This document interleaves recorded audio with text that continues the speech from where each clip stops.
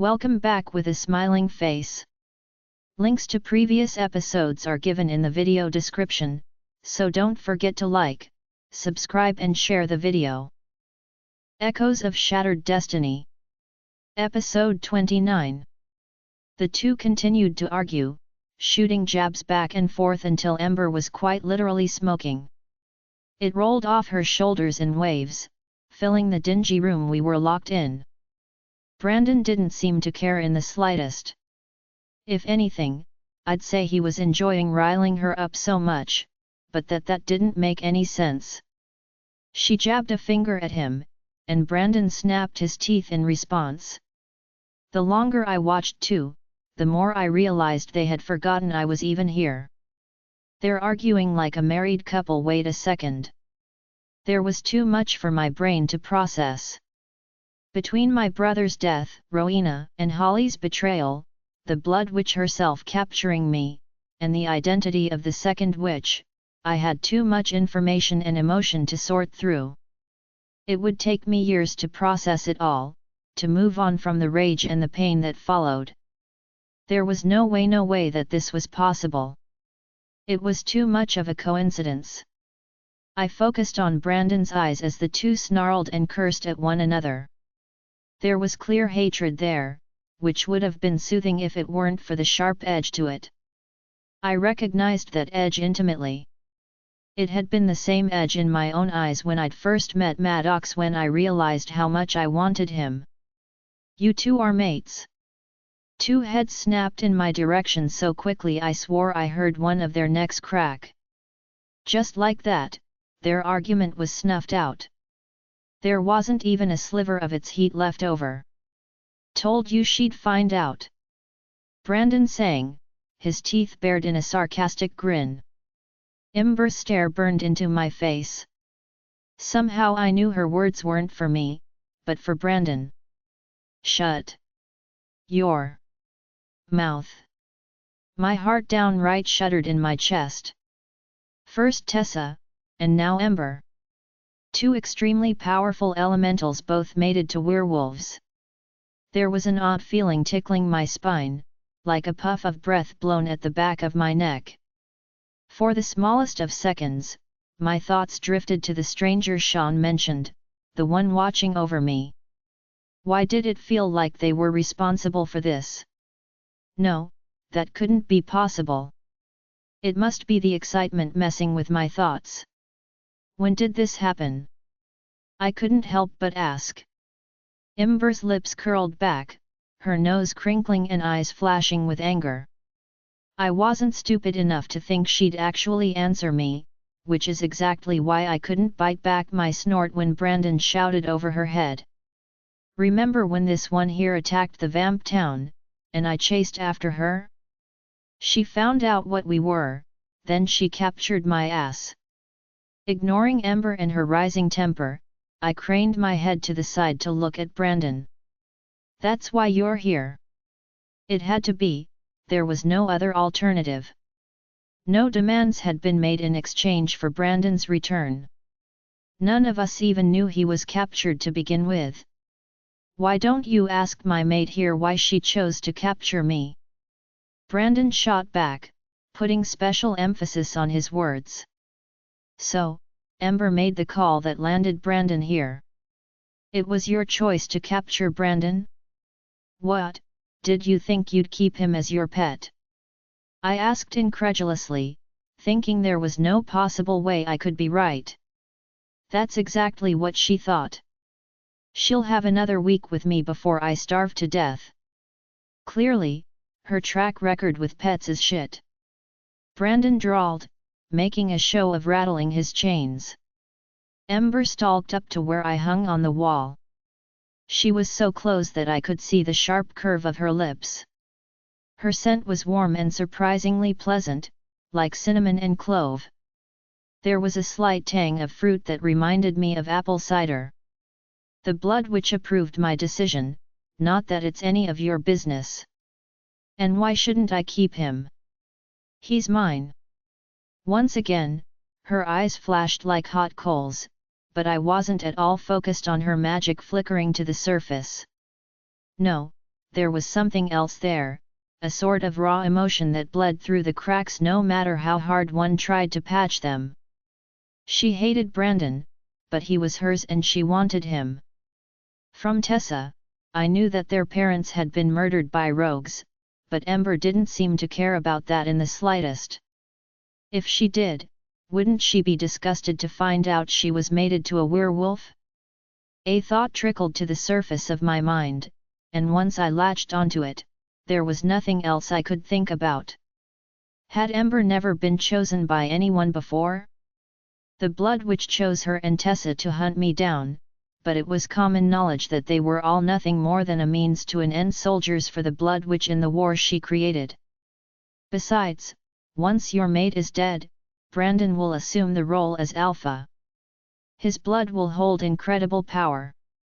Ember hissed, her lips curling in a victorious smile, but it was transparent now that I'd realized the truth. She wanted Brandon not because his soul was bound to hers, but because he could never leave her. I had one card up my sleeve, and just one chance to try and change the tide before it swallowed us all. Tessa, your sister, she found her mate too. Surprise flashed in Ember's eyes, dimming the heat of the coals she'd been feeding. Her head turned, and she glanced at Brandon. Uncertainty rippled across her face. I told her the same thing, but she didn't believe me. Go ahead, Lola. Tell her who Tessa's mated to. Maybe then she'll see I wasn't lying. Brandon called out. Ember didn't snap at either one of us like I thought she would. Instead, she stared into my eyes. Within them, I watched doubt and certainty meet head-on in a war that only one would win. Our friend, Alpha Zeke, is your sister's mate. A shaky breath, so faint that I had almost missed it, slid past Ember's lips. No. No, I don't believe you. Ember said after several seconds of silence. She turned around, her face turned towards the door as though she might storm through it and leave Brandon and I to our own defenses. She didn't, though. Her hesitation wasn't just written across her face but was also in her posture. In the way she stood with her arms folded over her chest, her foot tapping incessantly against the concrete floor. I needed to say something, because if Ember left, I had a feeling I wouldn't be here when she finally returned. Why would I lie? I asked her, truly wanting to understand. She scoffed, shaking her head at the door. I was met with a scathing eye roll when she spun on her heel. Are you really asking me that? What a stupid question. You're lying because you want me to turn against Freya. As if that would work. Brandon muttered. I sent him a warning glare which he attempted to shrug at, but it was hard to do so when you were bound to the wall by the fiery touch of silver. If that was even a possibility, wouldn't I have started with that the second you came into the room? I countered, pulling Ember's attention away from her IDTIC mate and back onto me. It doesn't matter. Tessa's probably rotting away in one of your cells, being tortured for information. She snapped, her eyes flaring with magic. There was a hint of vulnerability in her voice, a crack in her armor that I could use to my advantage. Clearly, she and Tessa were all one another had. Ember was stubborn, that much I could tell up front. She'd never believe me outright. You're wrong, but if it helps fuel your hatred for us, you can go ahead and keep thinking that. I replied indifferently. The air in this dingy basement began to heat, radiating from Ember like she was our personal fireplace. Instead of the crisp scent of a bonfire, the air smelt of charred apples and burnt cinnamon. You're insane, then. She'll slit your mate's throat in his sleep. She replied. If she was trying to goad me, it wouldn't work. I was running on limited energy as is, and I wasn't nearly foolish enough to waste it screaming at her. This was my one and only shot, and I needed to take it. I chuckled humorlessly. Yeah, I doubt that. She's got her hands full already with Zeke. Unlike you, she hasn't explicitly stated what she wants, but I have a feeling she'd like to keep her maid too. I'm not saying she hasn't seen the inside of a cell. She has, but that's not where she is currently. Oh, and we didn't torture her. Actually, I gave her a choice. Ember narrowed her eyes into two small slits. A choice? What kind of choice? I told her to pick a side, mine or Freya's. What did she say? She pressed. She said she's on the side of life. I replied, regurgitating Tessa's exact words. Ember nodded once, tilting that slender chin of hers towards the floor. A look of understanding crossed her elfish face. That's Freya's side. She's going to give our kind a home, a place where we can live in peace. What Freya's fighting for isn't peace, it's domination, total control. What makes you think she'll stop once the vampires and werewolves fall into line? She'll go for the humans next. It's only a matter of time. Tessa knows that, and something tells me you do too. How exactly is that a bad thing? Humans have been running things for centuries. Ember shot back, venom laced in her voice. Passion and fury fueled the fire in her eyes, but there was another layer hidden beneath the surface. The ground that fire burned on wasn't stable. It was cracked, eroding under her feet. I never got the chance to reply because Brandon beat me to it. A witch's magic comes from nature, right? He asked, his eyes on Ember. Yes. She replied stiffly. More or less. Then witches would know better than any of us that there's a balance that needs to be kept.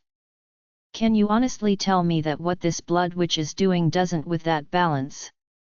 Brandon said, effectively stunning me into silence. Apparently, I wasn't the only one. Ember glowered at her mate but said nothing. That was definitely going to take some getting used to if we survived this. I couldn't help but wonder what Maddox would think if he could see his brother now. Honestly, it was a bit scary how well he and Ember fit one another. They both had stubborn and hot-headed. Down to an art form.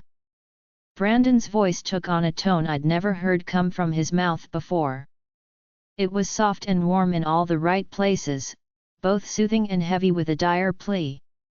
You know as well as I do that she's destroying that balance, Ember. She won't stop until there's nothing left. You think the witches won't suffer from that, but they will. I promise you, they will. With each word the tension in Ember's body seemed to ratchet higher, reaching its peak when she whirled on him. Her cheeks were flaming nearly as bright as her eyes as she snarled. As opposed to what, Brandon? You're telling me to give up my life's mission for her. What's so great about her plan?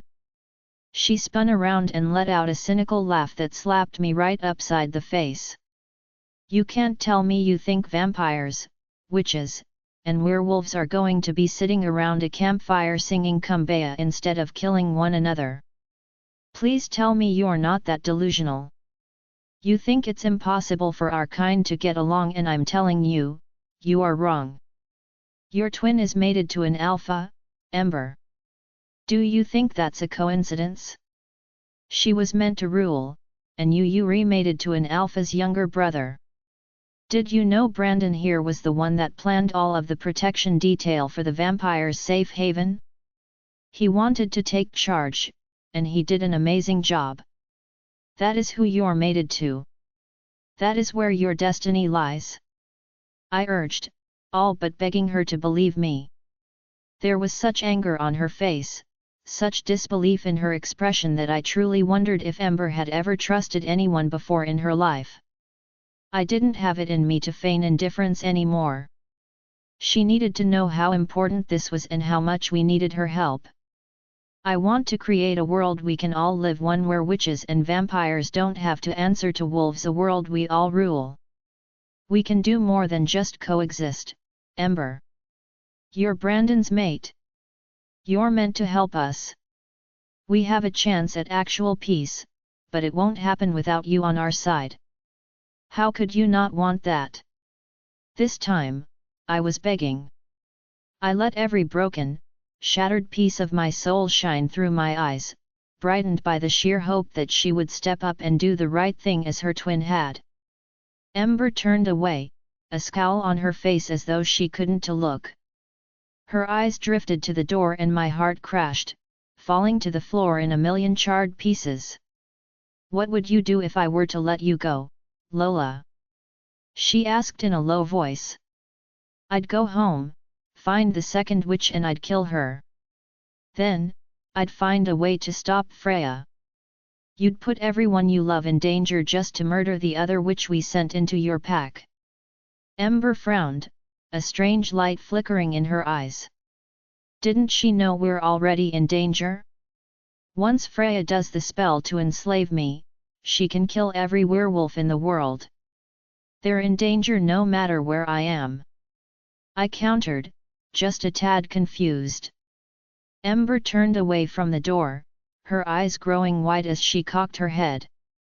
Wait, you think she's enslaving you to kill all of the werewolves? Well, yet. I stammered. What else would she be doing? Out of the handful of times I had the displeasure of setting eyes on Ember, never had I seen her look like this. Her eyebrows were pinched and the fire in her eyes was non-existent. She looked worried, and I wasn't at all prepared for how unsettling it was. Something worse. Something so much worse. She whispered, her lips barely moving. Enslaving you is only the first part of her plan. There's another spell, one she's been working on for years. What is it? What's the spell? I croaked as what little spit coated my throat evaporated. Brandon's chains rattled as he tried to step closer. Tell her, Ember. What is it? Ember's eyes slid shut as though she didn't want to see our reactions. A wave of nausea hit me in the chest, and only grew worse when she spoke. She's going to bring your father back to life, and you'll never guess whose body his soul is going into. My stomach was empty, but that did nothing to stop the bile from rising in my throat. I clamped my lips shut, swallowing it back before I vomited all over the floor. Brandon's eyes were heavy on my face, but that could have been the shock setting in. That's not possible. I barely recognized the sound of my own voice. Would it change once my father's soul was forced into my body? Would he use my magic to change the way I looked and sounded? Goddess, it was wrong on so many levels. An act that only went against nature, but one that would destroy it completely. Isn't it? Ember's voice dropped an octave. Within her eyes was a knowing light that made my face heat with absolute shame. What exactly were you doing when you were captured, Lola? Wouldn't you say something like that is impossible? What was she doing? Brandon butted. Ember didn't break her stare from my face as she said, she was trying to bring her brother back from the dead. Did it work? Brandon asked. Even after seeing Sean, I hadn't yet let reality sink into my skin. Keeping it at an arm's length was the only thing holding me together. If I had to face the truth that I'd never again see my brother in this life, I would break completely. This side of Brandon, the one that wasn't a raging dickhead, needed to back off a little bit. If it had, she would have been consumed by dark magic. Seeing as she's not, I'd say it didn't work. Ember drawled, inspecting me from head to toe. I gritted my teeth and tried not to snarl at her. Geez, Ember. Harsh much. Brandon muttered. Clenching my eyes shut, I sucked in a sharp breath and forced it out through my nostrils. Once the prickling sensation faded from behind my eyelids, I relaxed. Ember folded her arms over her chest, not at all bashful as she grunted, "Sorry. It's been a while since I've talked to anyone. My people skills are rusty." I wanted to tell her I could think of a few better words than rusty, but shoved the urge down. Pissing her off wouldn't coax her into helping us. In fact, there wasn't much more I could say. Ember alone held the power here, and it was high time to make a decision. "Are you going to help us, Ember?" I asked without hesitation. This time, she looked nervous. She twisted her fingers and picked at the skin around her nails. "She'll kill me," Ember whispered. I shook my head. "She won't, because you'll be coming with us. Let me guess, you have a cell waiting with my name on it." She laughed dryly. Her discomfort was a tangible force that skated along my skin and set my jaw on edge. Looking into her eyes, I forced what little power I had left into my voice, and hoped it was enough to show her how serious I truly was. It was a risky promise to make, but if it meant stealing yet another powerful witch from Freya's side, I'd bend over backwards to make sure it was kept. "You have my word as Luna and Queen of the Vampires that you will not be imprisoned or harmed in any way. You will be reunited with your sister and will be treated with the same respect and dignity as a member of my pack. Whether we win or lose, my promise stands." As my words sunk in, Ember ceased her fidgeting. Her shoulders lowered an inch and a fire flared to life in her eyes. "Well, then. What are we waiting for? Let's get out of this shithole. Unless you want to carry the two of us the entire way, I'm going to need some blood." I groaned. The second Ember removed the cuffs, my body slumped forward like a sack of bricks. My flesh had become a dead weight that refused to cooperate with my exhausted brain. Concrete bit into the palms of my hands as I struggled to stand to my feet. Ember huffed and released her hold on Brandon, letting him crash to the floor as she knelt at my side. "Ack! Ember! Could you have been any rougher?" Brandon groaned, cradling his wrists against his chest. She side-eyed him and said, "Yes, actually. I could have." "Well, thanks for being gentle." Brandon shot back sarcastically. Ember thrust out her arm, her wrist inches from my face. She stared down at me with a scowl on her face.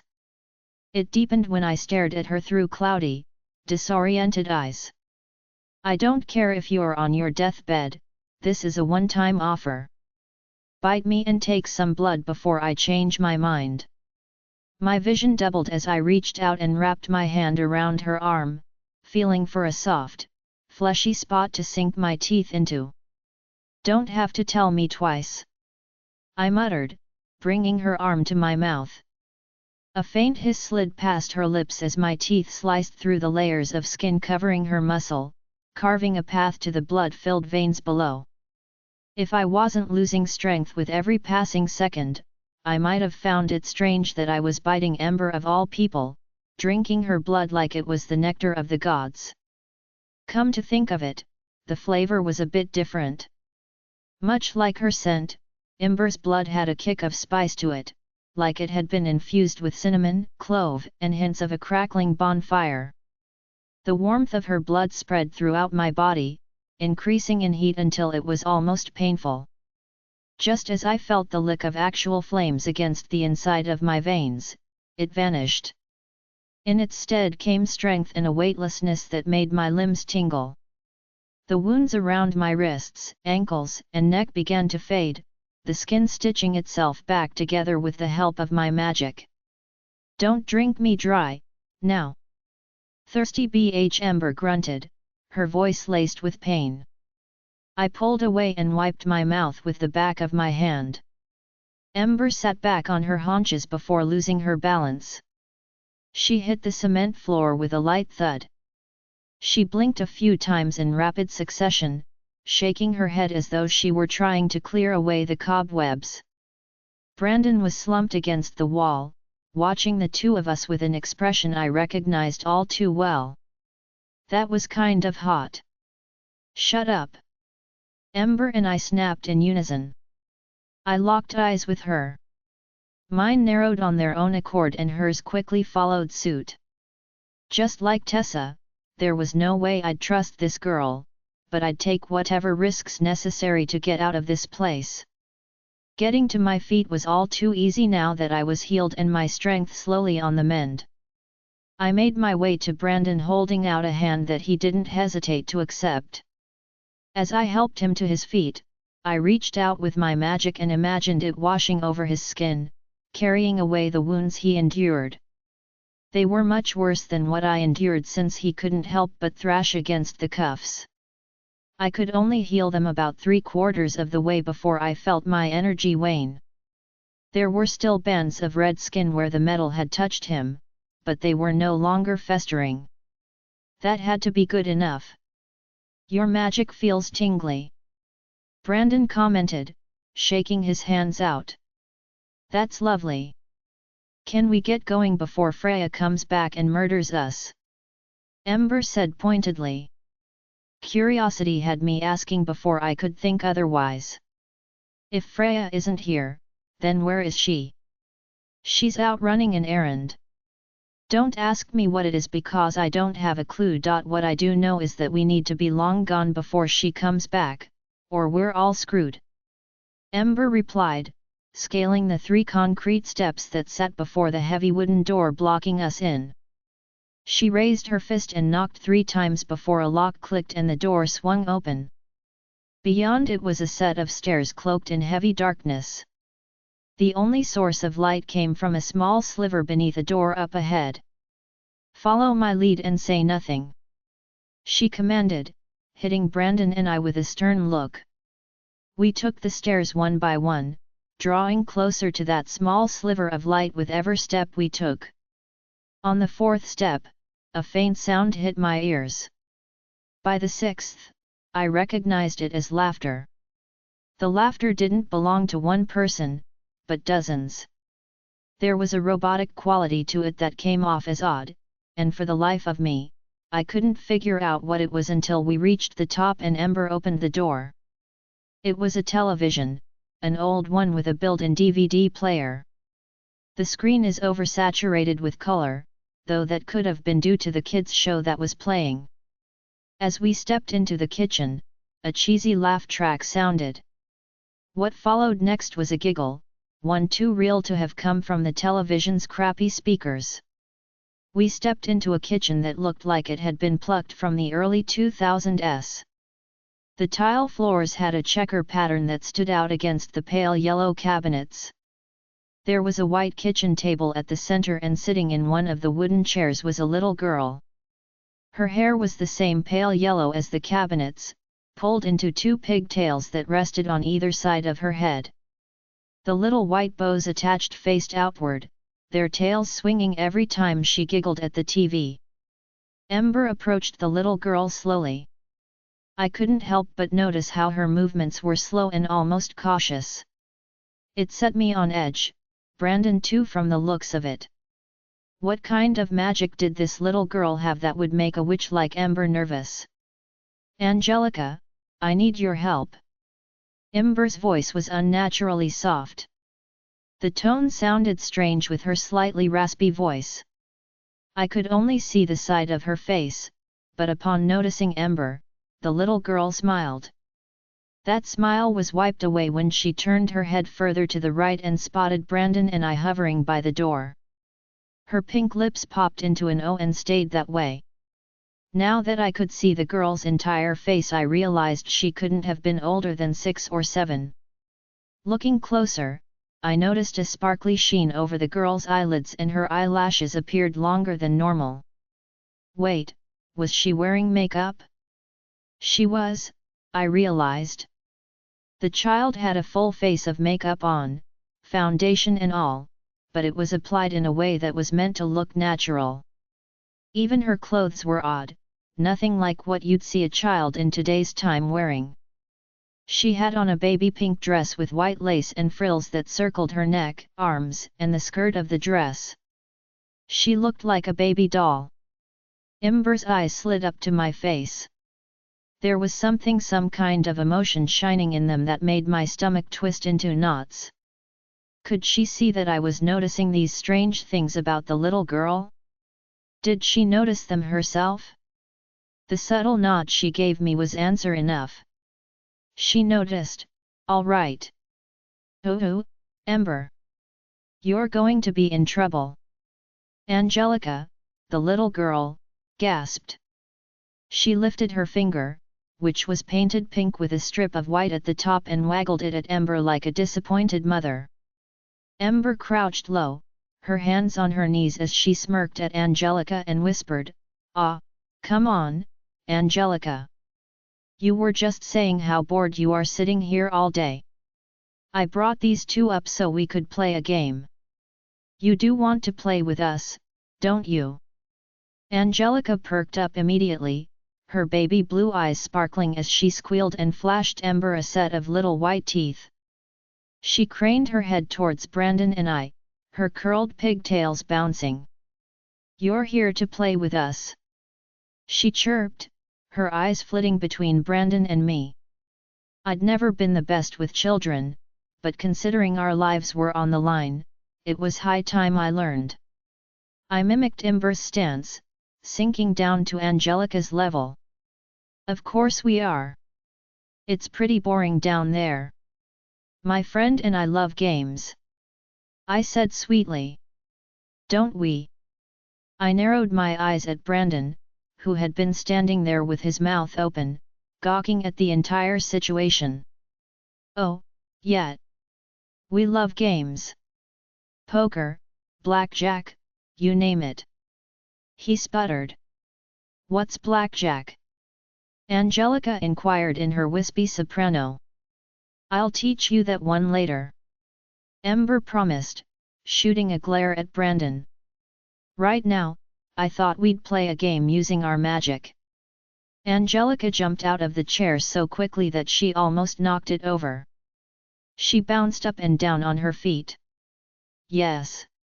Let's play a game with magic," she squealed, clapping her little hands together. "All right, then. Here's what we need to do, Angelica. Think of it like hide and seek. Mistress Freya is going to come looking for us. We need to make sure she can't find us, which is where you come in. You think you're up for the job?" Ember asked the child. "Does Mistress Freya know we're playing this game?" Angelica inquired, a curious tilt to her head. Ember nodded. "She sure does." "Okay, then. When do we start?" Angelica replied. "We start now. Go on and grab your coat." Ember ushered Angelica out of the kitchen and beckoned us to follow. The living room was fully furnished and cluttered in a way that made the place look lived in. Framed photos decorated the fireplace mantel, while embroidered curtains covered the windows. Before I could truly search the place, Angelica appeared. She had on a little white peacoat that matched her dress and showed just a hint of ruffle down at the bottom. "Ready to go, Emmy?" Angelina sang brightly. Brandon hit Ember with a look. Before I could jab my elbow into his ribcage, he snorted and muttered, "Emmy, hey! Quiet!" Ember hissed, marching over to the front door where she gripped the knob hard enough to dent the metal. My heart skipped a beat as she yanked it open, growing faster as we stepped outside and into the open air. It wasn't the full moon that hung front and center that ripped the breath from my lungs, but rather the fact that I recognized the neighborhood we stood in. I'd been to this neighborhood more times than I could count to train with Rowena and Cordelia. This entire time, we hadn't even left the pack. "You're wondering how we've managed to stay on your lands this entire time without anyone noticing." Ember spoke softly, Angelica's hand clutched in her own as she led the child in between houses to where the backyard was. Tall picket fences divided the properties, each one the same uniform shape, height, and color. With the moon as our guide, Ember led us to the back of the property, right where the forest met the neatly trimmed grass. She's not the only one wondering that. Brandon muttered sourly, casting a glare in Ember's direction. This entire time I thought you brought me to some witchy village. Freya told me to bring you to her, and this just so happened to be where she was. Ember fired back. Angelica giggled, watching the two of them with curious eyes that shimmered brightly even in the dark. My only option was to intervene before they could descend into a full-blown argument. We'd be here all night if that was the case. How have you been able to stay here for so long without anyone noticing? Someone should have been able to pick up mine and Brandon's scents, I said, wondering why even now I failed to pick anything up. Right as we reached the forest line, Ember tugged Angelica to a stop. The little girl whipped around, a knowing grin on her face. You don't have to cloak the house anymore, Angelica. If we're going to play, you'll need all your strength, yet. Ember said, lowering herself to the girl's height. Angelica tapped her chin in thought for a moment before nodding, a look of agreement on her cherub face. Okay. She giggled. The air around Angelica began to shimmer, like it had been embedded with shards of diamond. It grazed the skin of my arms, sending little electrical pulses of magic through my flesh. Angelica waved her hands, a self-satisfied smile on her face when the space surrounding the house and fence began to ripple and change. The entire length of the fence began to darken in color. Splotches of mold grew across the wood like wisps of moss. A quiet grinding sound filled the air as some began to see *ack and splinter. The baby blue paneling of the house changed as well, warping as spider webs of mildew began crawling across its surface. The shutters began to fall, their paint peeling as the scraps fluttered to the ground. Even the grass began to change. It wasn't perfectly trimmed, identical to every other house in the neighborhood. Weeds sprouted in heavy clusters, growing higher and higher until they practically reached our knees.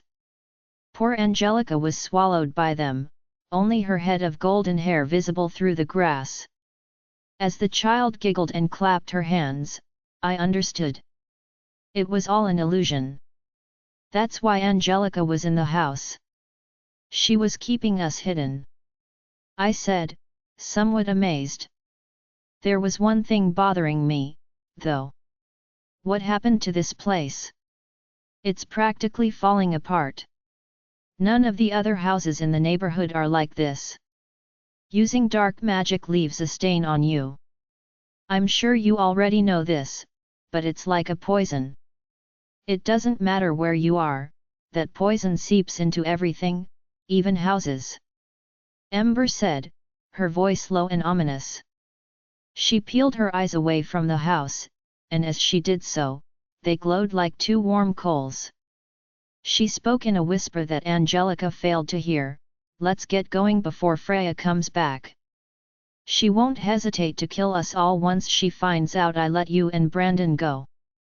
Now that my strength was slowly on the mend, I had just enough to reach out to Maddox. The connection between us wasn't at its strongest, but it was enough to get the message across. Maddox, I'm sure you're Pi's *ed and wondering where I am, but I'm here. I'm alive and safe, for the most part. All of that aside, there's something I need you to do for me. Awareness blasted down the bond with a speed that made my skull rattle. I could practically feel his eyes turn my way, centering down the length of the bond where my presence called out to his. You are in so much trouble, he growled. The sound was low and danced along the mate bond, forcing a shudder down my spine that sent my thoughts veering in the wrong direction. Holding the connection was sapping the little strength I had. Maddox, sensing the drop in my energy, quickly replied. Where are you and what do you need me to do? Gather everyone and meet me back at the house. Don't tell them I'm coming, make something up. I'm bringing. I barely managed to get those words out before losing my grip on the link between us.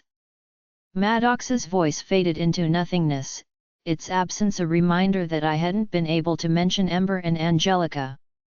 I'd have to make it known quickly they were not to be harmed. Keeping Holly's betrayal to myself, as *PID as it was, had been completely intentional. It could easily cost me my life, but despite what she had done, I didn't want any harm to come to her.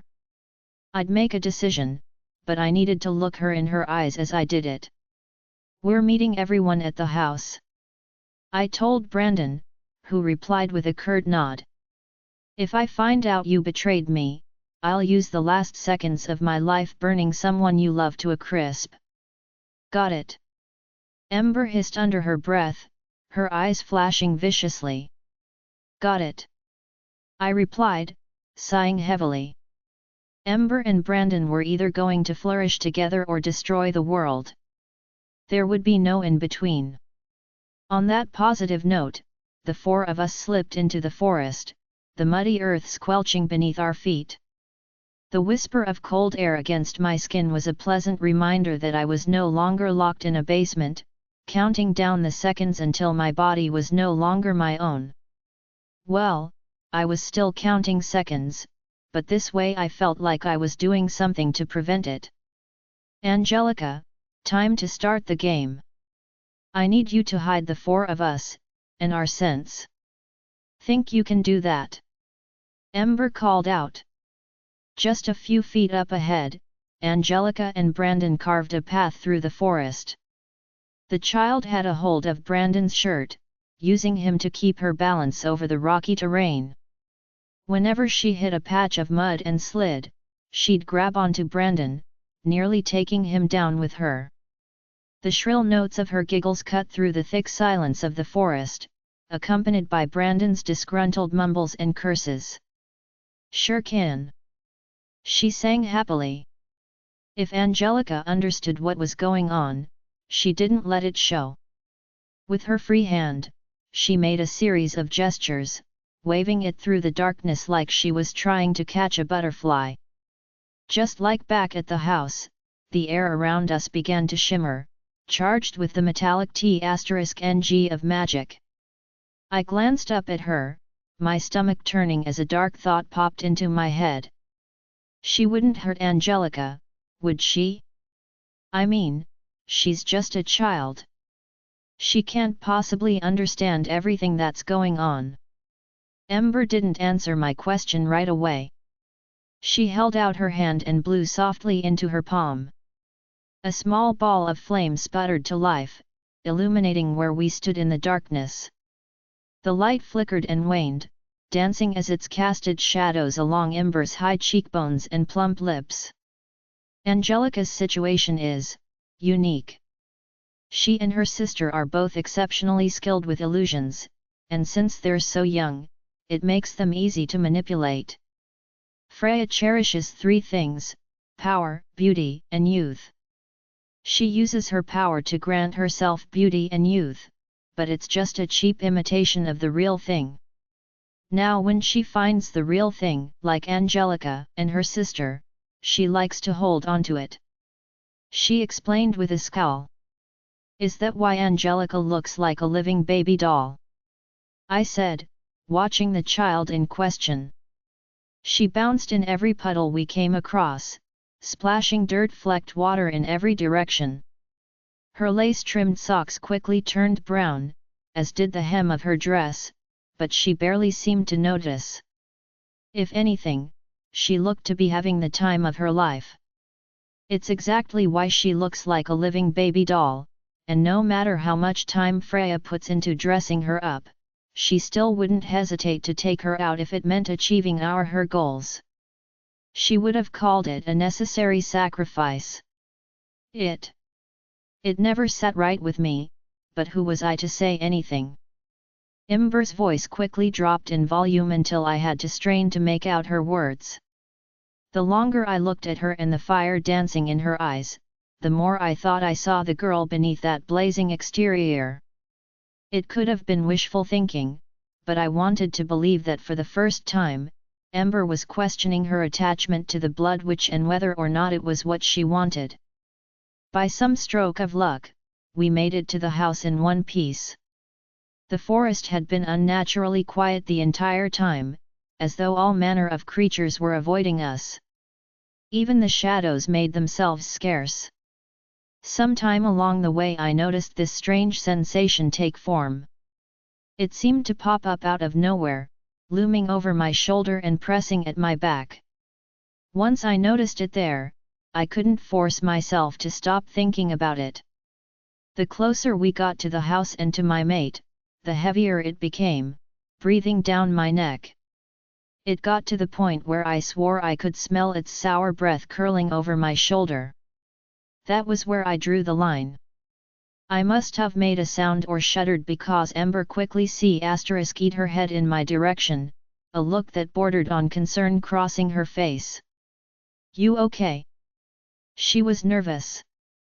I could tell by the way she twisted her fingers. She'd done it back in the basement when she'd been debating on whether or not to join our side. We were close, having just stepped out of the thickest part of the forest into what was technically my backyard. The field that stretched out before us was large, but not so much so that I couldn't see the patio and the lights shining from the house. My gut told me Maddox was outside, peering into the darkness as he waited for me. Words couldn't express how much I missed him, or how nervous I was to see the look of disappointment on his face knowing what I had tried to do. As much as I wanted to regret trying to bring my brother back, I couldn't. Even though it had failed, I got to see Sean one last time. "Yeah, I'm fine. Let's get going." As the back patio came into view, along with Maddox's broad shoulders and unruly hair, I realized my gut had been right after all. Flecks of dazzling gold swirled in his eyes and were bright even in the dark, much brighter the porch lights with their artificial glow. His shoulders visibly relaxed as his eyes settled on my face. Only I could see and feel the fury that painted his irises gold. While my vision might have tunneled on Maddox, I didn't fail to notice he wasn't alone. Reclined on the swinging bench was Brianna and Giovanni. Mason and Clara occupied the two chairs off to the side. There wasn't a single smiling face, only scowls carved deep with worry. I'd almost forgotten about Ember and Angelica, both of which were partially concealed behind my back, until Maddox let out a snarl that nearly shook the entire house. Ember went deathly still. The temperature rose several degrees, quick enough that a sweat began to break out along the back of my neck. I took a step towards my mate. "Don't, Maddox. They're with us." Brianna shoved herself off the bench, evading Giovanni's arms before they could pin her in place. "Since when?" "It's a recent development," I admitted, waiting for Brandon to chime in. When he didn't, I was forced to continue. "You don't have to trust her. Trust me, okay? Where's Tessa?" Ember didn't hesitate to ask. Surprisingly, Clara was the one who answered. "Your sister's inside with her mate. You ain't welcome in yet, though." "Where have you been?" Maddox bellowed. I bristled at fury in his voice, thinking he was talking to me. His eyes, however, were trained on Brandon. "Oh, you know. Here and there." Brandon replied dryly, grunting when Ember slammed her elbow into his ribcage. I wondered if Ember could set things on fire with her glare, because she looked angry enough to kill. Brandon sighed dramatically. As usual, he wasn't taking things seriously. I was captured by Ember, my mate. He was more than reluctant to admit the second part. Silence and shock rippled along each of their faces, the same that had passed through me back when I found out. As deafening as it was, the silence didn't last long. It was replaced with a low growl I barely recognized as my own when she walked out. I must be going crazy. Did I just hear Brandon? Cassidy's laughter was cut short when she popped her head out of the back door and spotted us standing at the base of the porch. Blood began to boil in my veins, as though Ember had touched my insides with her magic-induced flame. All rational thought evaporated from my head as I stared into her eyes, trying to force 2 words through her skull and deep into her brain. I know. It didn't matter that I had limited strength. Every ounce of it was forced into the command I sent out to the shadows, drawing them from the depths of the forest by the dozen. They leapt off the ground and stretched, wrapping around Cassidy's body before she even had the chance to shriek. I swore I heard Angelica coo in amazement, but the sound was swallowed before I could truly register it. "Lola, what the?" she screeched, golden blonde hair falling into her face as she thrashed. Brandon whirled on me, his eyes wide with confusion and outrage. I stumbled back, swallowing my surprise when he went to take a step towards me. Ember, of all people, cut him off. Her palms were flat against his chest as she held him back. His eyes flickered between her face and my face, searching for answers but finding none. Maddox held up his hand, and Cassidy's shrill scream was cut short. Her chest continued to heave, and as her lips trembled, I could practically see her dying to continue. Helpless until the bitter end. "Baby, what are you doing?" The soft tone Maddox's voice had taken on sent a wave of agonizing pain through my chest. He'd believe me. He had to. My voice cracked from the weight of what I was about to say, a truth that would change everything and could never be taken back. "It's her.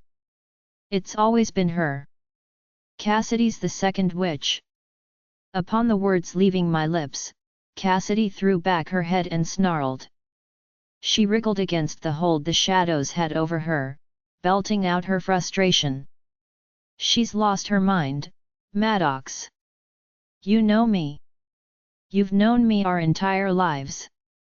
Maddox didn't move a muscle. Even his chest had gone completely still, the oxygen still swirling in his lungs. My mate looked between Cassidy and I, and for the first time in our tumultuous relationship, he truly seemed torn. When Maddox failed to come to her rescue, Cassidy hurled her words at Brandon, who appeared much less inclined to believe what I was saying. "Brandon, are you going to let her do this to me? You're my best friend. I thought I was yours." Her big, baby blues watered so convincingly that if it hadn't been my own brother that whispered her name in my ear, even I would have believed her. I wasn't at all surprised when Brandon's eyes slid to my own and his face hardened beyond recognition. "Let her go, Lola. I won't tell you again." A snarl tore through Maddox's chest, directed at his younger brother. "Touch her and you die. Everyone needs to just calm down." Mason chimed in, ever the peacekeeper. Brianna narrowed her eyes on Cassidy, pursing her lips until they formed a thin line. "I'm on Lola's side. Look at her arms. That weird darkness stuff she had going on is gone, which means she's not going crazy." Ember, who had been blocking Brandon from me this entire time, cursed under her breath. "Forsake, Brandon. Get your head out and listen." Brandon glowered at his mate, but the witch was able to dish it back tenfold. He spoke through gritted teeth. "I am listening." "Cassidy is innocent." "No," Ember whispered. "She's not." Those 3 words were Cassidy's undoing, melting whatever spell or magic she had placed over her. It wasn't her face that changed, that part remained the same. Color seeped into her hair from her roots, staining the golden strands a deep auburn. Her eyes followed, the blue tones swallowed by darker notes of crimson and brown. Cassidy went so still that the shadows encasing her twitched with unease. Much like a vicious snake coiling in the grass, she attempted to lunge at Ember, all hints of innocence obliterated from her face. You pathetic, worthless traitor! I'll kill you for this. Freya will kill you. You ruined years of work for nothing. Nothing. We're going to kill you, all of you. Cassidy screamed and snarled, switching between manic laughter and fury so potent a chill skittered down my spine. Ember, still holding on to Brandon even though there was no need, craned her head over his shoulder to where Maddox gaped at his childhood best friend. Don't blame Tessa for this, please. She didn't know. Ember begged. From the look on Maddox's face, I could tell he wasn't listening. The sting of betrayal hurt that much more coming from him, radiating down the bond as it added his emotions to my own. If I could, I would have taken that pain tenfold if it meant keeping it out of his grasp. Cassidy looked at Maddox with a mixture of bitter regret and disappointment. If it weren't for my brother's warning against dark magic, I might have ended her here and now. She ceased her thrashing long enough to speak. I was going to let you live, Maddox. You and Brandon. An alpha's blood has power. I convinced my mother to let me keep you both, but you've ruined it. Brandon snapped out of his stupor to gape at Cassidy. Your mother. Pride lit her eyes brighter than any magic could. Her heart-shaped lips peeled upwards in a triumphant grin. Yes, Brandon. My mother. The Blood Witch. In the midst of all the chaos, not one of us noticed the patio door sliding open. Only when Tristan's face came into view, was my attention snared. It wasn't on my first in command, though. Rather, the girl clinging to his side. Holly's eyes widened with a slew of emotions, so many that it would take me hours to dissect them all. Her jaw dropped, plummeting to the ground where it rolled down the stairs and into the grass. Holly's betrayal didn't anger me nearly as much as Cassidy's, but it was still a truth I planned on bringing to light.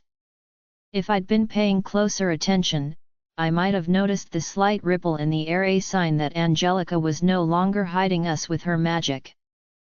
I never got the chance to say anything more. That presence I'd felt hovering over my shoulder, the one I'd forgotten about during the chaos, chose this moment to descend. It happened so quickly that nothing could have prepared me. My lips refused to listen. No matter how much I screamed, they remained frozen in place. The only voice heard was the one in my head, but even that was short-lived. I wasn't sure when the chanting began. Perhaps, it started back in the forest, too quiet for me to hear. All I know, is that once it began, a presence filled the empty spaces of my body, the ones my brain no longer had access to. It's time, I swore I heard something whisper. Time skipped a beat and the next thing I knew Maddox stood in front of me. I cried out in relief, but the sound was reserved only for my thoughts. Maddox would fix this, he'd find a way. I could feel his hands on my shoulders, his thumbs rubbing soothing circles on my skin, but no matter how hard I pushed, my body would not listen. Even though my head refused to turn in Ember's direction, I didn't miss the way she gasped. Her hand trembled as she placed it over her mouth and whispered, "Oh, no. It's begun." The familiar tingle of magic skated along my skin, and while I recognized it as my own, it wasn't my command that it followed. I shouted a warning that never made it past my lips and watched in horror as a wave of magic exploded from my chest. It came out in single blast that made the air around me ripple and hit Maddox at a devastatingly close range. The bittersweet look of shock on his face was the last thing I saw before my mate was thrown backwards. He hurled through the air so violently that even the side of the house couldn't slow him down. The wall exploded as he hit it, crumbling beneath him as a plume of drywall dust billowed into the air. Without my command to hold them in place, the shadows imprisoning Cassidy slithered away into the darkness. She wasted no time, throwing back her head to howl her laughter into the night sky before turning and attacking the people I loved most. Desperately, more than anything in this world, I wanted to help. Unfathomable power sat right at my fingertips, but it no longer listened to my voice. No matter how much I cried out and begged for its help, it remained just out of reach. The chanting in my head grew louder, and as it did, I was able to make out a number of overlapping voices. "Come to me," only Angelica, with her golden pigtails and round eyes, noticed me slip away. One moment I was there, and the next I was gone. The shadows melted around my body with ease, filling the gaps of moonlight that shone through with impenetrable darkness. I couldn't see a thing, couldn't navigate my surroundings even though I'd been through this forest 100 times before. My body was no longer my own, stolen by an invisible force that tied its web-like threads around my wrists and ankles, stringing me along the way a marionette manipulates its puppet. The only thing that remained my own was my thoughts. As panicked as they were, the only thing I could think about was Maddox and my friends. Were they alive? Were they fighting Cassidy? Had they killed her already and rushed off to my rescue? Each one went unanswered. When the tendrils of darkness slithered away, no longer clouding my vision, I stood somewhere new. At the very back of the field was a rectangular brick building, dimly lit by the street lamps that seemed so far away. I recognized the building as the town's high school. While I never walked the halls myself, I often found myself in town when the parade of yellow buses emerged onto the street, carrying groups of rowdy kids ready for an afternoon away from dusty textbooks and drawn-out lectures. The school quickly faded from view when my legs began to move, propelling me forward, towards a mass of darkness at the center of the field. With each step the tendrils slithered further away, dragging their leech-like bodies across the ground with a quickness that made me wonder if they knew something was horribly wrong. There, at the center of the field, was the one person I wanted dead the most. If there was one thing I'd learned these last 2 years, it was that evil always appeared beautiful on the outside. Despite the rot that was my father's soul, his outward appearance had been handsome, stunning, almost. It was the same with Freya, the most powerful blood which the world has ever known, mother to not only Holly, but also Cassidy. I hadn't seen that coming one bit. A sultry and downright joyous smile was pasted on Freya's face. She could have batted her eyelashes and giggled like a schoolgirl. Nothing would have erased the underlying sense of danger that oozed from her every pore. It didn't matter how strong her magic was, nothing could smooth out the sharp angles that created her face. From her slender chin to the regal slope of her nose and the deep grooves of her Cupid's bow, every single feature of hers was crafted to hide the evil within. Freya wasn't alone. Standing around her in a large circle were others, more witches. The snarl of absolute frustration I let out vibrated my skull. Even my eyes refused to respond to my will. No matter how hard I pushed or pulled, they would not stray from Freya. "And here she is, ladies. Our guest of honor," Freya said loudly, her voice warm and full of joy that felt woefully misplaced. She swept her arm out to the witches that surrounded her, the long sleeves of her gown billowing in the air like blood-red streamers. Her hair, which was the exact same shade as Cassidy's, hung down her slender back in waves of rust and crimson. I also couldn't help but notice she wasn't wearing any shoes. Her feet rested in the grass. The sight was such a far cry from the therapist I'd met months ago that all words escaped me. Not that it mattered, since I couldn't control my own mouth. Freya made a come-hither motion with her fingers and my legs didn't hesitate to obey. I snarled and spat an array of colorful words in my head, thrashing against a hold that didn't so much as budge. Once I was inside the circle of witches, feet away from Freya, I stopped. Her smile turned feline, as though she could feel every ounce of the fight I was putting up. "Don't be a sore loser, Lola. There wasn't anything you could do to stop this. Even now, your friends and mate are fighting for their lives. A fight they will lose, but not to worry. You won't be here to feel your mate's death. By the time my daughters and the others I sent to their aid and your friends, your soul will be long gone from this world, your body on the other hand, that will remain." "The others?" "There hadn't been any other witches there before I slipped away, but that could have easily changed within the last half hour. As hard as I tried to grab onto the bond between Maddox and I, it slipped through my fingers like it was coated in oil. No, not oil." Blood. Freya ended her speech with a light chuckle, one a mother might make after watching her child do something amusing. There were hundreds of questions I wanted to ask her. The answers wouldn't just satiate my curiosity, but they'd also waste time, giving the others a chance to stop this mess from happening. The slight glimmer of hope fizzled out before it ever had a fighting chance when Freya plucked a dagger from behind her back. Even without her explanation, I could feel the shift in the air as she unsheathed it and knew that there was an unnatural sort of magic at play. It was beautiful in a haunting, blood-chilling sort of way. The blade itself sparkled with hints of both silver and gold, the moonlight revealing the delicate carvings all along the metal. The grip was shiny in red cloth.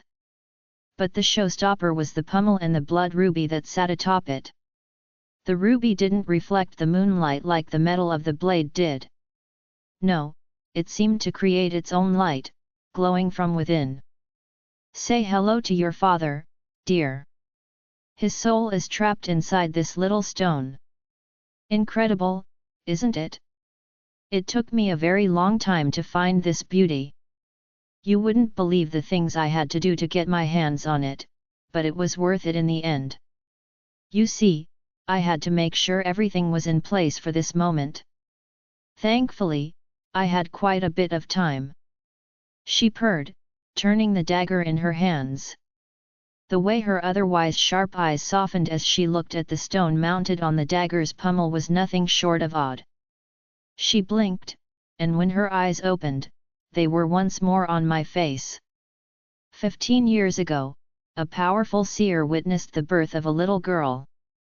This little girl would be the first of her kind, a mixture of the 3 supernatural species. As if fate didn't bless this child enough, it decided to give her more. This little girl would be born to the most powerful line of vampires and witches in existence. She'd grow in strength until the day came where she murdered her father, assumed his throne, and brought the 3 species together. Care to take a guess who that little girl is, Lola?"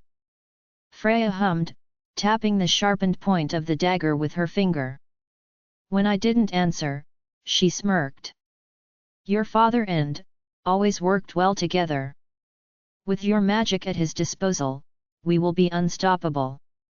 On that note, I think it's time we begin."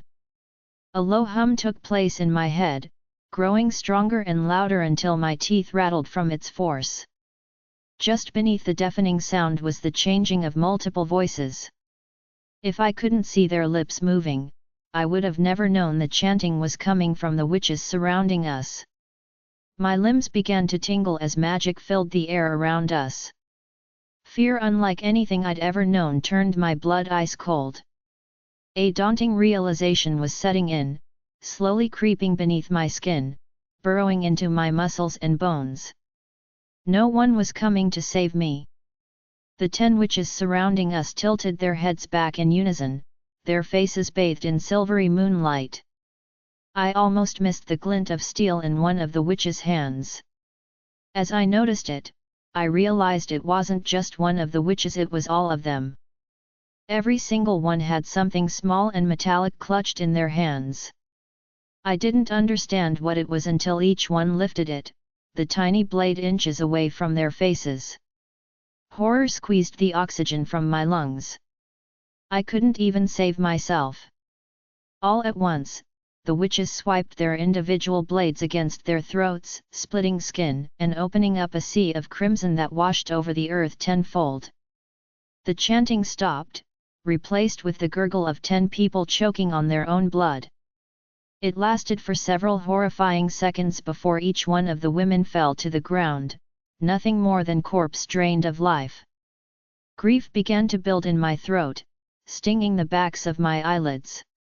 The tears would never fall, not while Freya had control over my body. Unable to look away, I had no choice but to take in the sheer loss of life, the waste that had just occurred in front of my very eyes. Freya, the mastermind that orchestrated the deaths of so many, had her head held back. Her chest and the cleavage that showed from the deep V of her dress, moved up and down rapidly. When she opened her eyes, her pupils were dilated, dripping with power and what I knew was excitement. She approached me slowly, carrying all of the confidence of someone who knows they won. Twirling the dagger in her hand, she came to a stop mere inches away. I couldn't help the slew of thoughts that passed through my head. If only I could move. I'd sink my teeth into her throat, unleash Maya on her and relish as my wolf and I tore her limb from limb. A transfer of souls can only occur between two people of blood relation, any other way and the results would be, let's say, unstable. It takes a big sacrifice to generate the kind of magic required to keep your father's soul in your body. Now that that's done with, all I have to do is put this itty-bitty blade here in your chest cavity. As your lifeblood carries your soul out, the blood ruby will force your father's soul in. Freya explained, an eager tilt to her lips. The way she dismissed those 10 witches made my stomach clench with disgust. They truly meant nothing to her. As she raised the dagger, my heart pped a beat. It should have been fear that flooded my mind, but it wasn't. All I could see was Maddox, the golden flecks in his eyes when we made love, proof that it wasn't just him that had fallen for me, but his wolf too. All I could hear was his voice, the emotion that filled its gravely notes as he sank down onto one knee and professed his love for me. All I could smell was his scent, deep and masculine, intoxicating in a way that made my soul soar. With this final step, I bind my life force to that of the Vampire King.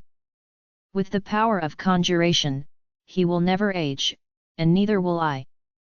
Many things happened at once. Freya's hand moved, bringing the dagger down towards my chest. Time slowed and a presence I could only describe as pure and undeniably feminine washed over me, brighter and more potent than the moonlight pouring from the sky. The memory of my brother's voice echoed in my ears. Someone powerful is watching out for you. The pieces clicked together with a resounding snap that could have easily been my teeth chattering. The moon goddess. That was the powerful being that was looking out for me, helping me when I couldn't even help myself. Now that the thought took form in my head, nothing could convince me it wasn't the truth. Her presence did something to the dark magic rooting me in place. It weakened it, coated its clawed hand in liquid moonlight, making it that much harder to hold onto my physical form. It wouldn't last, I could feel it in my soul. It was a chance, a whisper of power that could only be used once before it faded entirely, and the darkness once again took hold. I blinked. I did it again, and again. My fingers twitched, then my toes. Relief came fast and hard, but not nearly as fast as Freya's blade. It didn't matter how quickly I regained control, or how much time slowed. I just wasn't fast enough. A flash of inky darkness exploded in my peripheral. For a moment, I thought I saw wolf made of pure shadow. Time sped back up with an abruptness that left me grappling for control.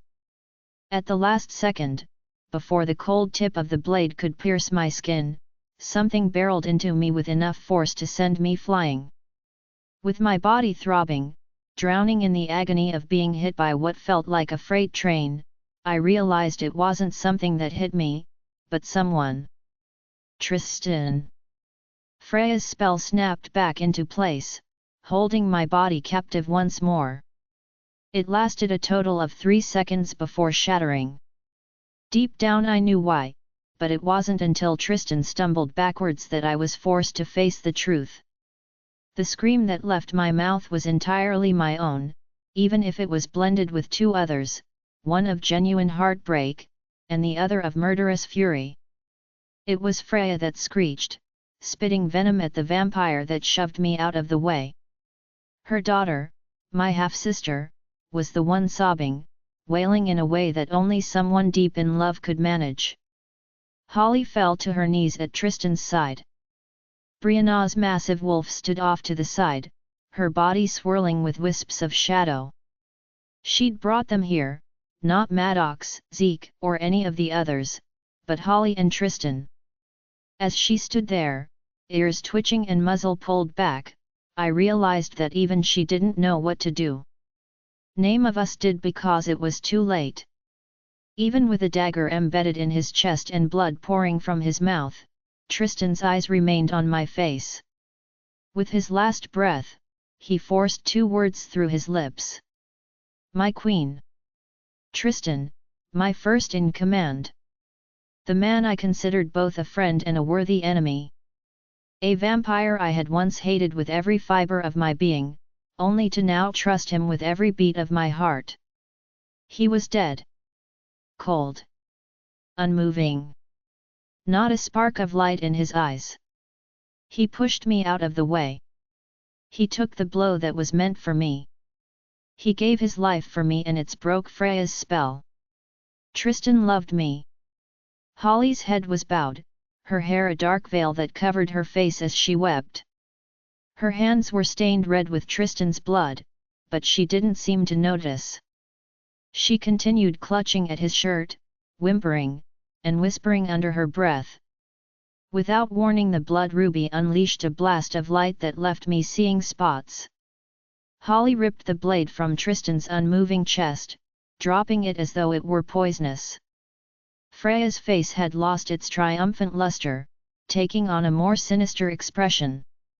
It looked like her skin had been pulled too tightly over her bones, stretching across her face in a way that emphasized every dip and curve. Her cheeks were just a touch too hollow, her eyes bulged from their sockets ever so slightly.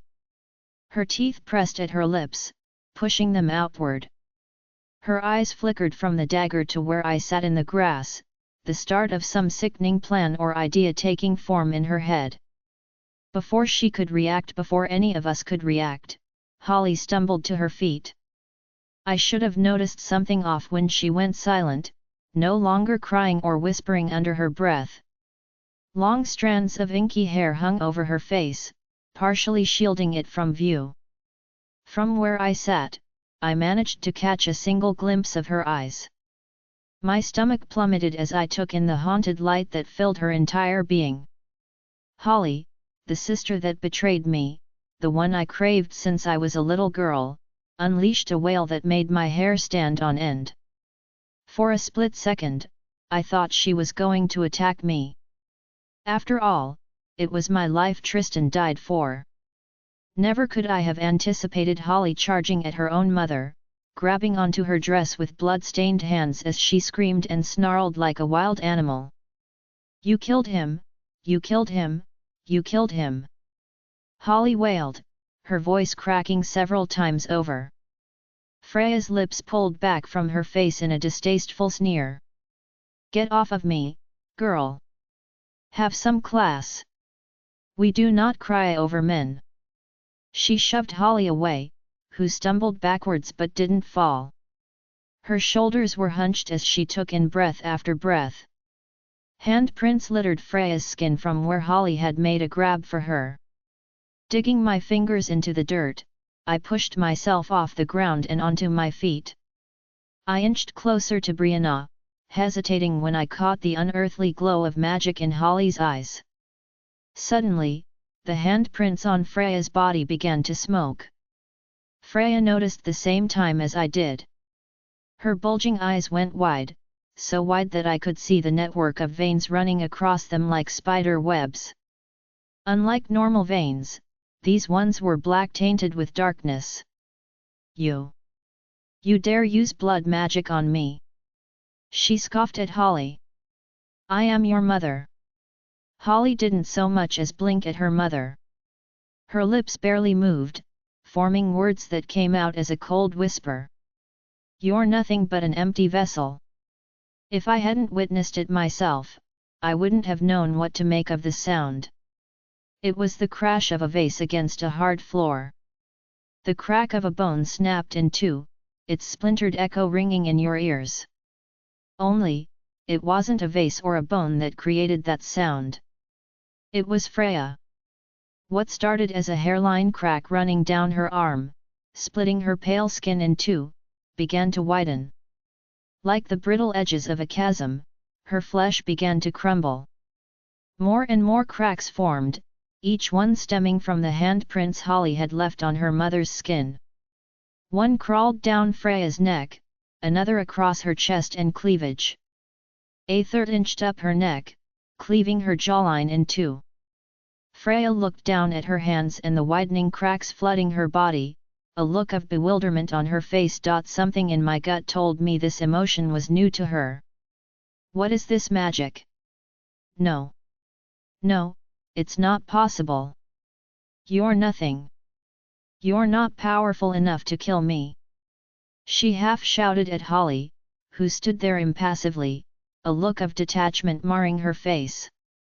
I don't have to be as powerful as you, Mother. You killed him, and it's his lifeblood that's killing you. Holly's words rang in my ears. As I stared down at Tristan's body, noting how even in death his eyes were trained on my younger sister, I realized she was right. As disturbing as it was, there was a sick sort of beauty behind watching the blood witch crack and crumble like old porcelain. It felt like Tristan was here with us, dealing one final blow before his soul slipped away. Freya's entire face transformed as she opened her mouth and let loose a furious scream. Her jaw opened wider than it should have, more cracks crawling up her face from how taut her skin was pulled. The sound alone was deafening, sending a sharp wave of pain straight into my head. I barely noticed the difference as I slammed my hands over my ears. Brianna's wolf was several feet away, writhing in pain as tendrils of shadow danced off her fur-covered body. No! She screeched, making a go at Holly with her arms raised and hands extended.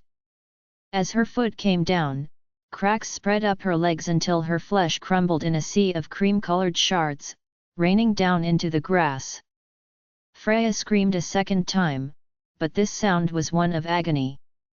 Everything from her kneecap down was gone, even the gown she wore had crumbled. Her arms went next, showering the earth and sinking deep into the soil. She fell to her knees, her arms gone and shoulders quickly eroding. The screaming stopped when her face caved in, her jaw becoming just as brittle as the rest of her. Her eyes sunk into the hole in her face, followed by her nose and lips, melting into the shards of her auburn hair. Within seconds, there was nothing left. The blood witch was gone. Holly had killed her. She barely seemed to notice, turning so quickly her hair was ripped from her face. There was only one problem. The spot Tristan died in was empty. His blood staining the grass was the only thing that remained. We locked eyes, and despite everything we'd been through, the only thing that passed between us was panic. That panic quickly turned to grim realization when Brianna let out a snarl that froze the blood pumping in my veins. Slowly, we turned to face the source of Brianna's aggression. It looked like Tristan, blonde hair blowing in the breeze, standing on 2 feet as he scanned his surroundings, but it wasn't him. The way he moved was off. Many times he'd look down at his hands, spreading his fingers before clenching them into fists. Holly sucked in a sharp gust of air that fractured into a sob, one that caught the attention of Tristan and had him turning in our direction. I recognized the eyes I stared into. They were my father's. A deep blue just a few shades darker than Tristan's stared out at us. With the slickness of oil, they slid to Holly's face, registering the grief that painted her delicate features in deep shadows and sharp angles. "What did you do, Holly?" The voice that emerged didn't belong to either Tristan or our father. It was an amalgamation of both. Brianna's hackles lifted as her body coiled, seconds away from pouncing. Holly's hands trembled as she brought them to her mouth. Several times she mouthed the words, but it wasn't until the last time that they finally managed to stick.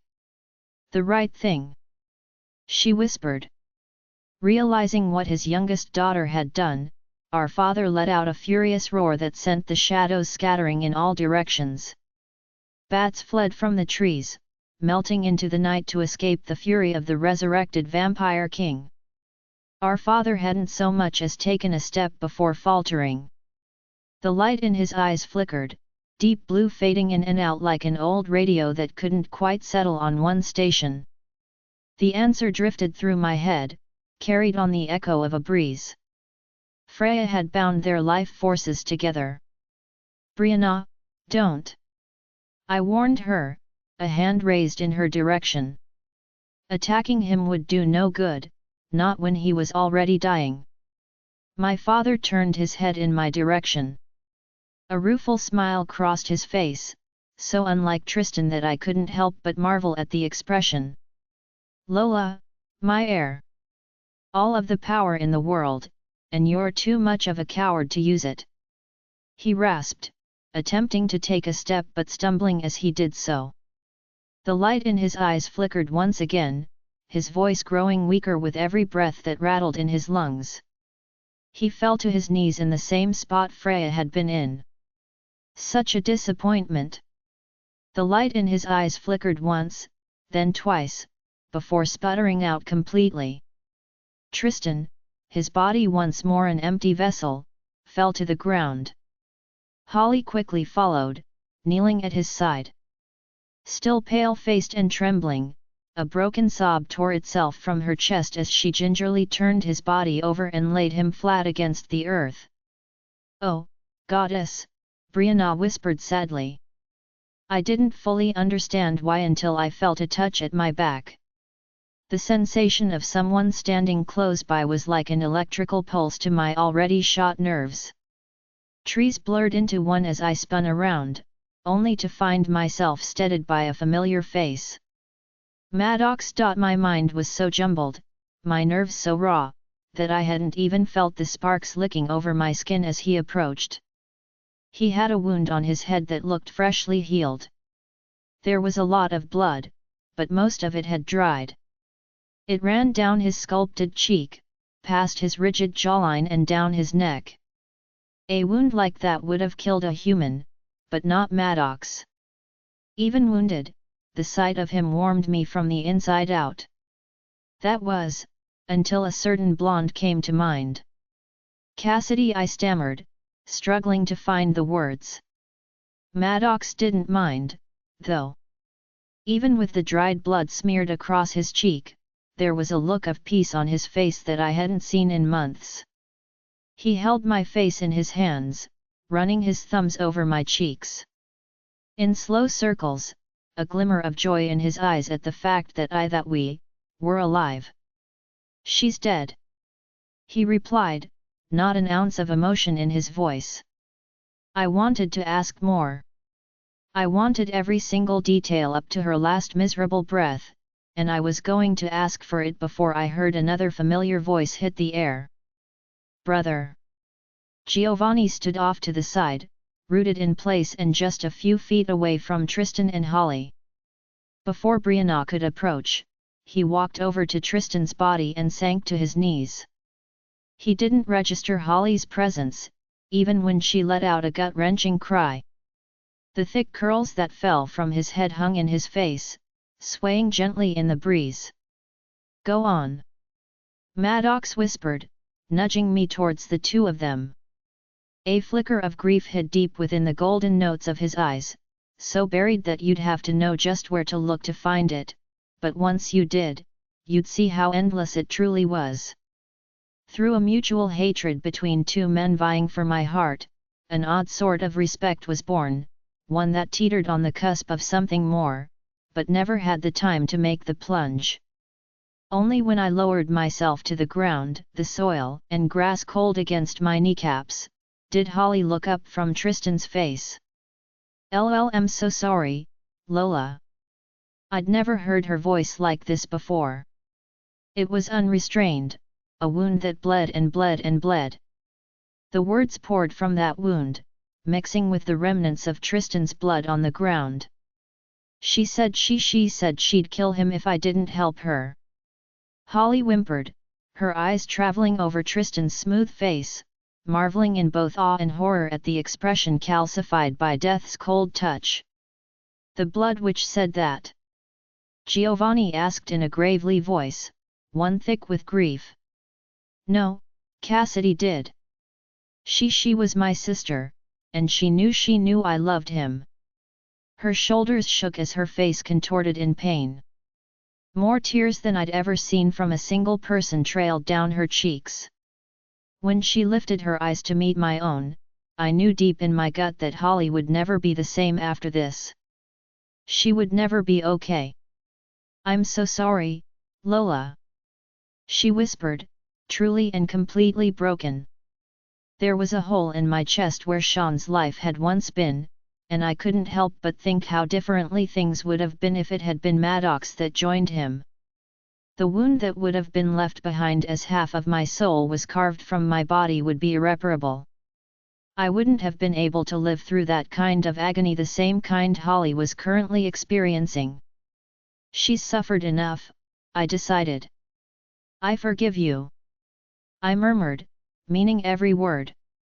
There was a glimmer of surprise that crossed her face, but nothing short of a miracle could erase the pain that would follow her every single day for the rest of her life. Her lips, glossy from tears, moved to form a response. Perhaps she might have responded, but a flicker of light just a few feet away caught her attention. It was nothing more than a flash of red, like the whisper of a budding flame. Holly frowned, reaching several feet behind her to pluck her mother's dagger off the ground. She stared at it for several seconds, a perplexed expression quickly forming on her face. With a single trembling finger, she reached out and touched the blood ruby attached to the pommel. With a raw gasp, she yanked her hand away. "What is it?" I quickly asked. Giovanni's head snapped up. "What happened? What is that thing?" "It's the Blood Witch's weapon.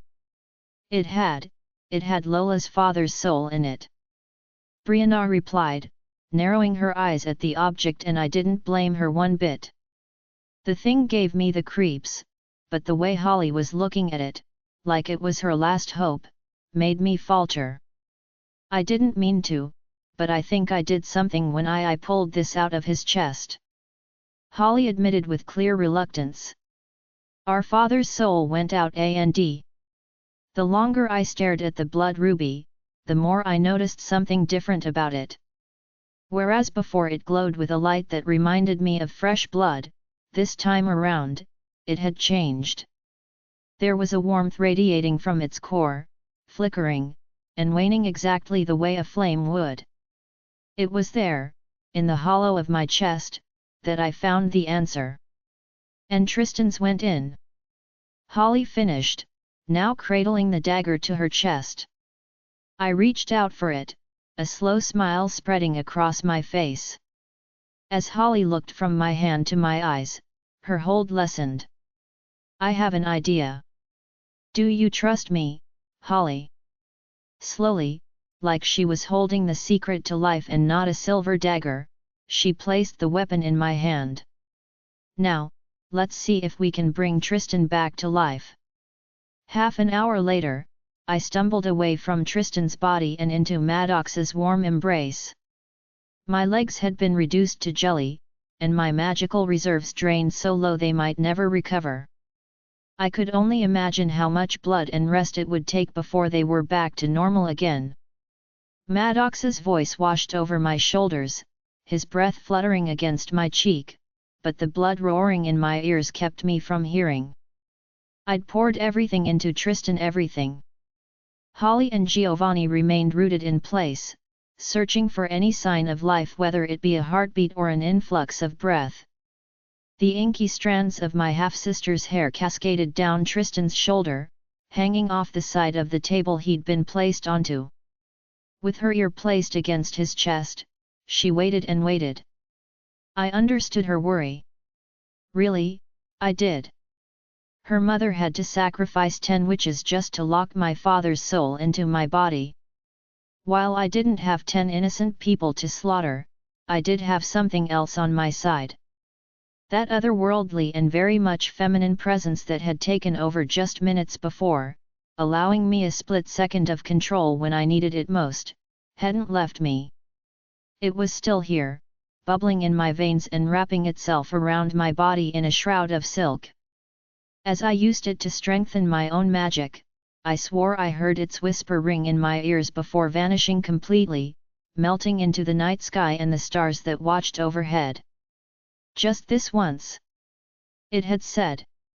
When it left, and I felt its absence ringing in my soul, I whispered a quick thank you to the moon goddess. During the walk back to the house, Maddox recounted what happened the moment I slipped away. Half of the story he told with words, while the other came in the form of memories dancing down the mate bond.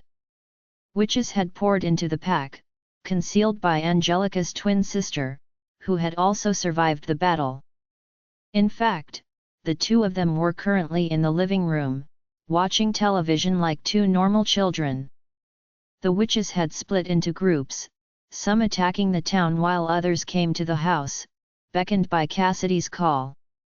Those who went into town were met with not only warriors, but pack members who took it upon themselves to defend their own. Even my dad, who was now safe with Flora visiting Grandma in the hospital, had joined the battle.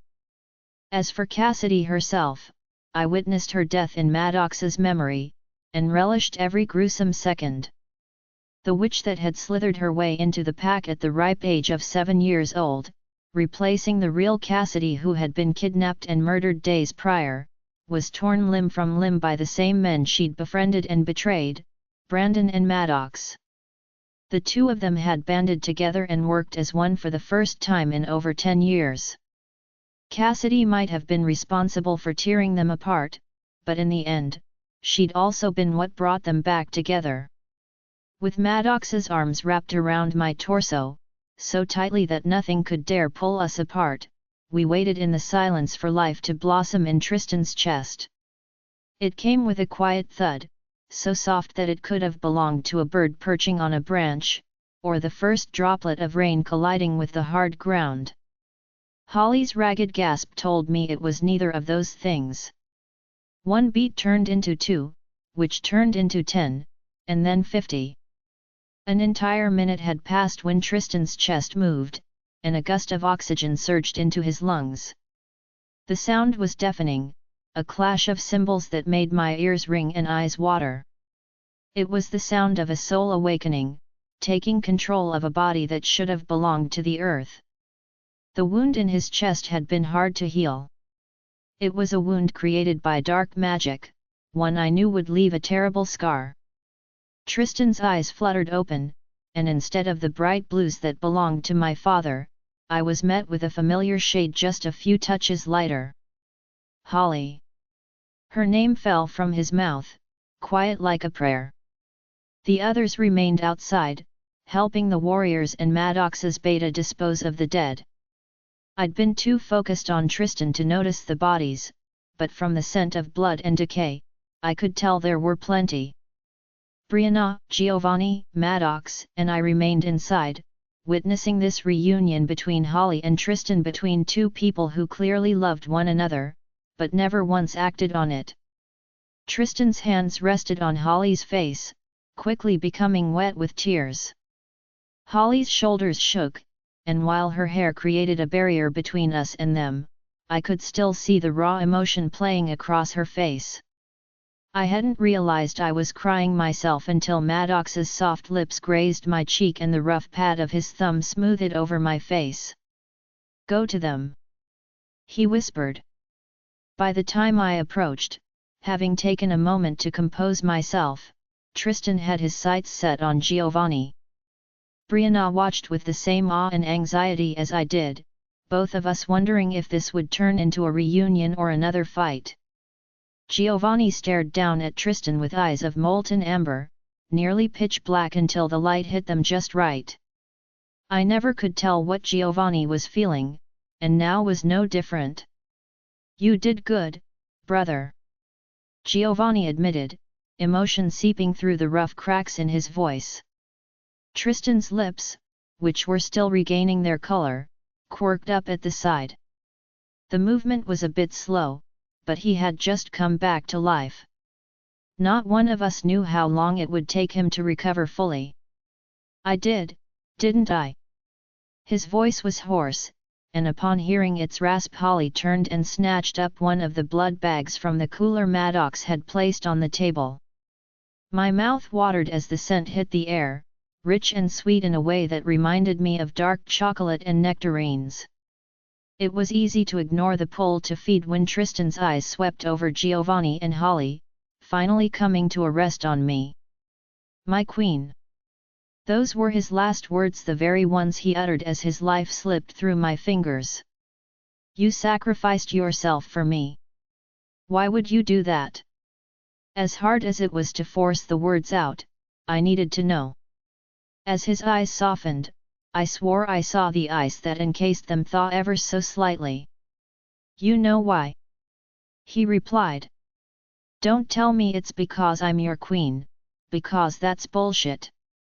You knew Freya's spell would break. Why did you do it?" He spoke slowly at first, every word carefully chosen in the way that only Tristan could truly master. I wanted to believe it was the acceptance in my eyes and in Holly's that gave him the confidence to speak freely, to let go of the restraints that held him back. "I wanted to claim you in the beginning. You were beautiful and powerful, the perfect weapon. I never thought that I'd grow to love you, but I did. It was my mistake believing there was only one type of love. You made me realize there wasn't one, but many. You are a force of nature, something this world has needed for centuries. Every challenge you've faced, you met it head on. You are strong, compassionate, and care for people you don't even know. Someone needed to die for you to continue the work you started. It couldn't be Maddox. His death would have destroyed you. Mine, on the other hand, you would have survived. I love you, Lola, but not in the way I always thought. Not in the way that I love your sister. I know something happened between you two, and I won't ask you to let that go, but I will ask you for something else. I ask you for your blessing." Holly's eyes fell shut, her lower lip quivering as she slowly sucked in a stream of air. Despite the way my heart reached out for her, I kept my eyes and attention on Tristan. I forgave Holly for her betrayal, but I wasn't sure if I could ever trust her again. I wasn't sure what the future would look like between me and her. "Stop. Please, don't ask for this. You have no idea what I've done. I am not good, and you deserve good," she whispered, carefully extracting her hand from his. "Do you want to know what I did? I sold her out, Tristan. I'm the reason all of this happened. There was a decision before me, a chance to control what path two of the most important people in my life descended down. I held their hearts in my hands, and that kind of power should have felt good, but it didn't. It felt heavy, too heavy. I'd made up my mind. Their future would be theirs to shape. There isn't a person in this world that's purely good, Holly. You made a mistake and people were hurt, but none of us would be here without you. You lost your mother and your sister tonight. I think you've been punished enough. I forgave you for your mistake. The only one left to forgive you is yourself. Since having Holly walk into my life, I became used to her shy and reserved nature. Like Tristan, there was always this part of her that was closed off, hidden from the world. Whether it was the tears brimming in her eyes or the way they reminded me of a diamond cracked in two, I realized that part of her was long gone. With one final squeeze to Tristan's hand, I gave him a swift peck to the cheek and a smile that conveyed my answer. Be happy, Tristan. You both deserve it. The time had come for me to leave, to let the two of them work things out amongst themselves. I turned and locked eyes with Maddox, taking him in inch by inch. Holly and Tristan would build the future they wanted, whether it be together or alone. As for me, I was looking at my future. For once, I couldn't wait to see what it held. Lola Holly's interruption came at a surprise, but with one glance it was clear she hadn't forgiven herself, even with my blessing.